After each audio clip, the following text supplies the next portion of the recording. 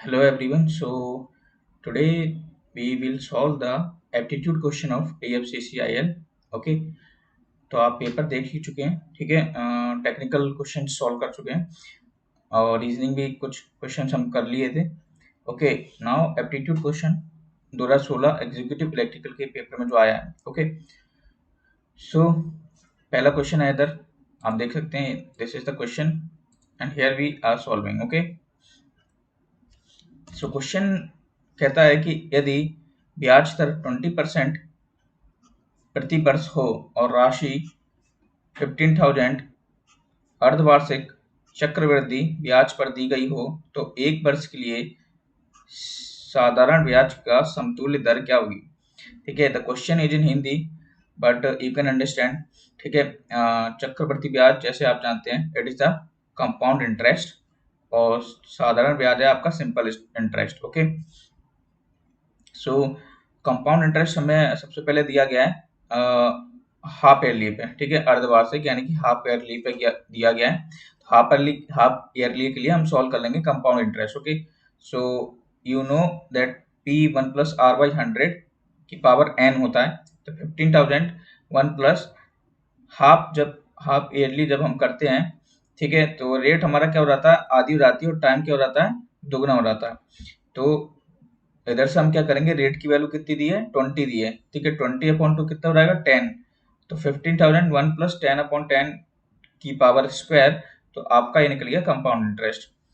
अब simple interest कैसे निकालेंगे, जो रिमेनिंग है। ठीक है, रिमेनिंग कैसे, फॉर 1 ईयर के लिए। ठीक है, तो 80,150 आपका कितना आया कंपाउंड इंटरेस्ट और था कितना 15,000। ठीक है, तो रिमेनिंग कितना बचेगा 3,150।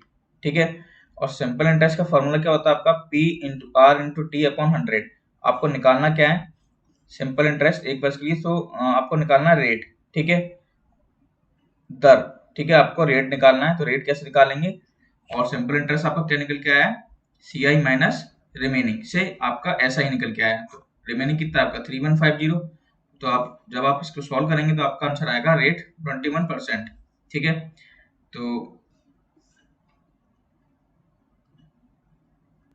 पेपर में आपका क्वेश्चन कौन सा था, ये वाला क्वेश्चन था। ठीक है, पेपर में 21% आपका सही आंसर है।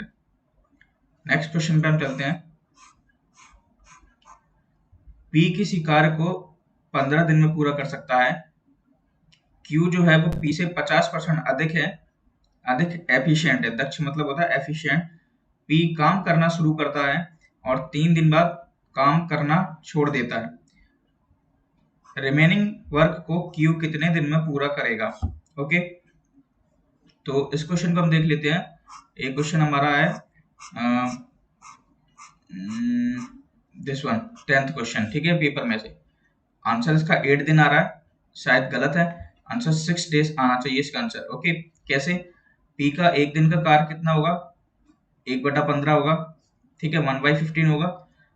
Q का कितना होगा, 2/15 होना चाहिए, क्योंकि Q क्या है आपके P से 15% एफिशिएंट है। अगर P 15 डेज में कर रहा है और Q दुगना एफिशिएंट है, तो Q 7.5 डेज में कर लेगा। इसका आधे 15 का आधा कितना होगा, 7.5। अब आपका क्वेश्चन कह रहा है P काम करना शुरू करता है और 3 दिन में छोड़ देता है, तो 3 दिन का काम कितना हुआ P का, 3/15 यानी कि 1/5। ठीक है, अब रिमेनिंग वर्क कितना बचेगा, तो 1 माइनस 1/5, 4/5। इस 4/5 कौन करेगा, Q कैसे करेगा, Q का काम क्या था, 7.5 से इस टर्म को जो रिमेनिंग वर्क है उसको मल्टीप्लाई कर देना है। ठीक है, तो 4/5 इंटू 7.5 और या कि 15/2, तो विच इज इक्वल टू 6 आएगा, ना कि 8। Okay, now next question. एक व्यापारी अपना सामान पर लागत मूल्य से 40% अधिक मूल्य अंकित करता है। ठीक है, मतलब जो उसकी कॉस्ट प्राइस है और जो फेस वैल्यू है, फेस वैल्यू मतलब अंकित, ठीक है, अंकित प्राइस जो भी होता है उसका, उससे 40% अधिक है। ठीक है, तो कॉस्ट प्राइस 100 मान लेता हूँ, फेस वैल्यू आपकी हो गई 140। वह सामान व 75% सामान अंकित मूल्य पर और शेष सामान 80% की छूट पर बेचता है, ठीक है। तो उसका क्या पूछा आपसे, लाभ और हानि पूछा है, ओके। तो देखिए फेस वैल्यू क्या आएगी आपकी, 75% पे बेच रहा है और थी कितनी आपकी 140 थी, ठीक है। तो 140 का 75% जब आप सॉल्व करेंगे तो 105 आएगा। अब रिमेनिंग कितना बचा, क्योंकि बोल रहा है वो शेष सामान 80% की छूट पर बेचता है, ठीक है।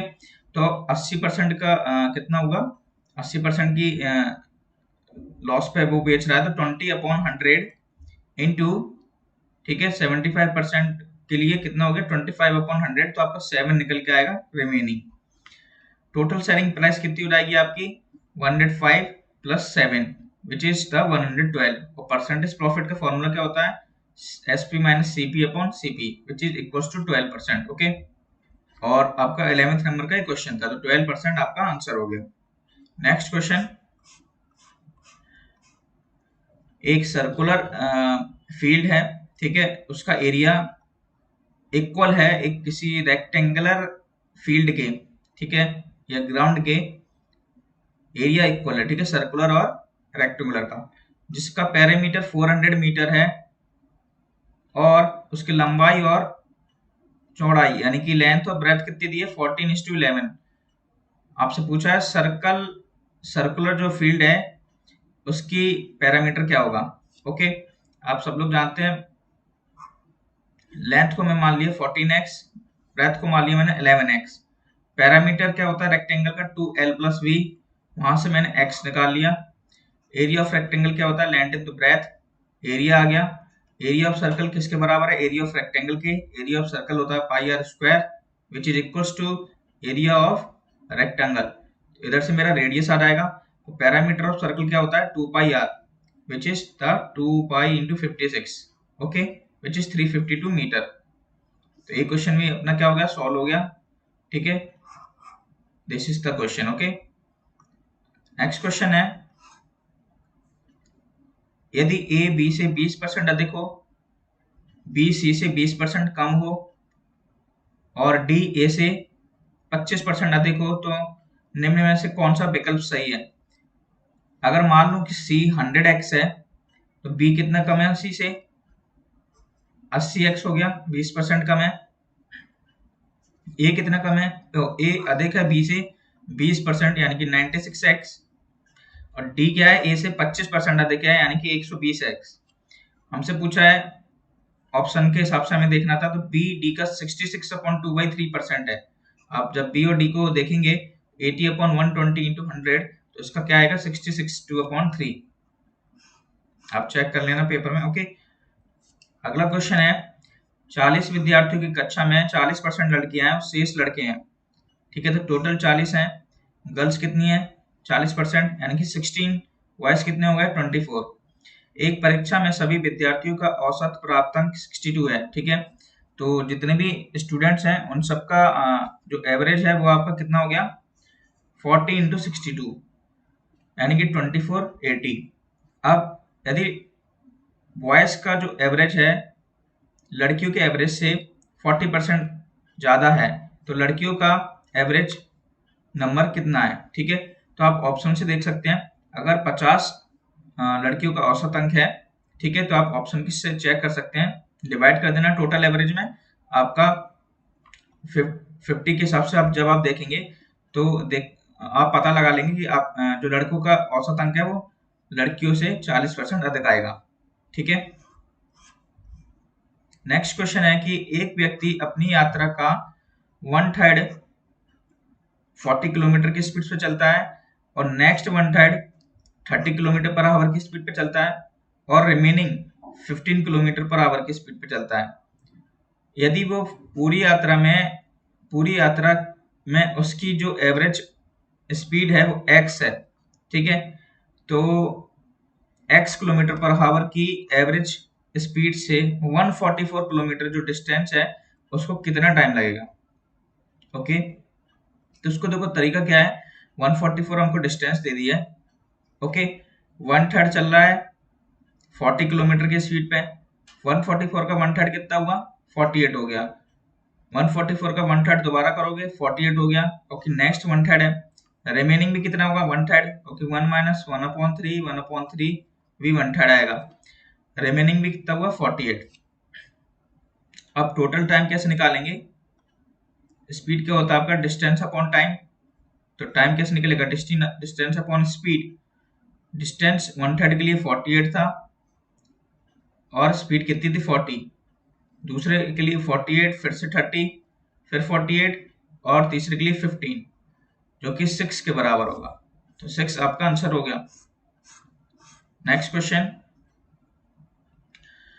2 पाइप्स हैं ए और बी, एक टंकी को 6 और 8 हावर में फिल कर सकते हैं, यदि उन्हें बारी बारी से 1 हावर के लिए खोला जाए, ठीक है, तो और पहले ए को ओपन कर दिया जाए तो टंकी को भरने में कितना समय लगेगा, तो ए कितने में फिल करेगा 1/6 हावर में, बी 1/8 हावर में, दोनों कितने में करेंगे 2 हावर में, 7/24, एलसीएम लेके कर लेना इसको, और 6 हावर में कितना करेंगे 7/8, ठीक है, और रिमेनिंग कितना हो गया 1/8, और लास्ट जो फिल करेगा वो कौन करेगा 6 हावर वाला करेगा, तो 3/4 आवर लास्ट वाले का आएगा, तो 6 आवर तो पहले ही थे, ठीक है, और लास्ट के कितने हो गए 3/4 कितना हो गया अपना 45 मिनट्स, ठीक है, और 6 आवर 45 मिनट्स आपका आंसर हो गया,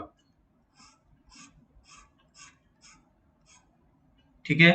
ये रीजनिंग का क्वेश्चन है, दोनों last question, knowledge is coded as, ऐसा कुछ नॉलेज का कोड दिया है, जनरल का कोड क्या होगा, तो नॉलेज का कोड देख लीजिए, के होता है 11 पे, एन होता है 14 पे, ओ होता है 15 पे, डब्ल्यू होता है 23 पे, एल होता है, ऐसे ऐसे करके आप डिक्शनरी से पुट कर देना।